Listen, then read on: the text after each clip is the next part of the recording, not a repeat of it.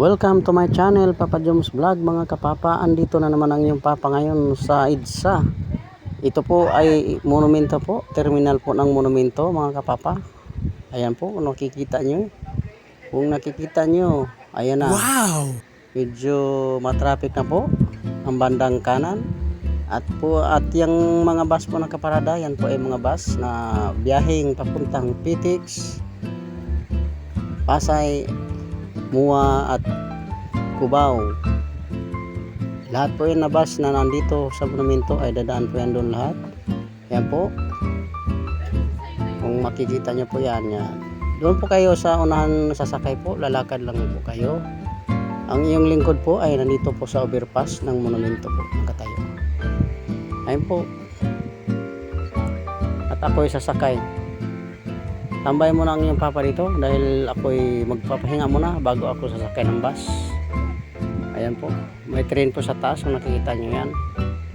Yan po ay LRT Line 1. Ang LRT Line 1 po ay ang pinakahuling stasyon nila ay Roosevelt. Sa Muñoz po yan, sa Muñoz kung alam nyo po. Ang biyahe po niyan ay Baclaran to Roosevelt. Ito naman po ang bandang kanan po. Ayan po, kung makikita nyo. Ayan. Traffic na po, na-traffic ang aga-aga po. Ang oras po natin dito ay 11:30 in the morning. Pinas time po. Ayan po.